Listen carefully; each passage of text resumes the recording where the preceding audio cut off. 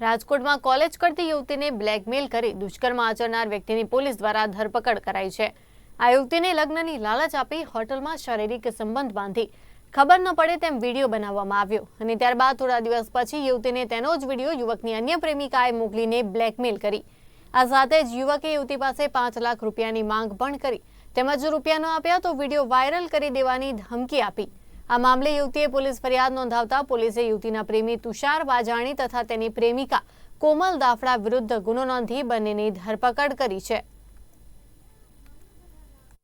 20 ઓગસ્ટના રોજ એક મહિલાએ મહિલા પોલીસ સ્ટેશન ખાતે આવી ફરિયાદ આપેલ છે। એ ફરિયાદમાં જણાવ્યા મુજબ એને 2-2.5 મહિના પહેલાં એક તુષાર નામના વ્યક્તિ સાથે ઓળખાણ થઈ હતી, જે ઓળખાણ મિત્રતામાં પરિણામેલી હતી।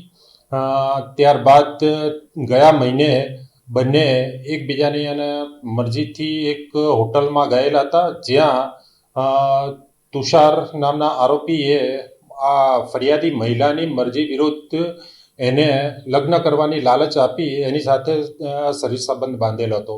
આ દરમિયાન મહિલાની જાણ બહાર આરોપી તુષારે એનો એક ન્યૂડ વિડીયો ઉતારેલ હતો, જે વિડીયો આરોપી તુષારની મહિલા મિત્ર છે, એ મહિલા મિત્રએ ફરિયાદી બહેનને વોટ્સએપ ઉપર વિડીયો મોકલી ગાળો બોલી ધમકી આપી, વાયરલ કરવાની ધમકી આપી એની પાસે 5 લાખની માંગણી કરેલ હતી। જે અંગેની ફરિયાદ મળતા ફરિયાદની ગંભીરતાને ધ્યાનમાં લઈ તાત્કાલિક તપાસ કરી બંને તુષાર ને મહિલા મિત્ર જે બંનેની આરોપીની અટક કરવામાં આવેલ છે ને હાલ તપાસ ચાલુ છે।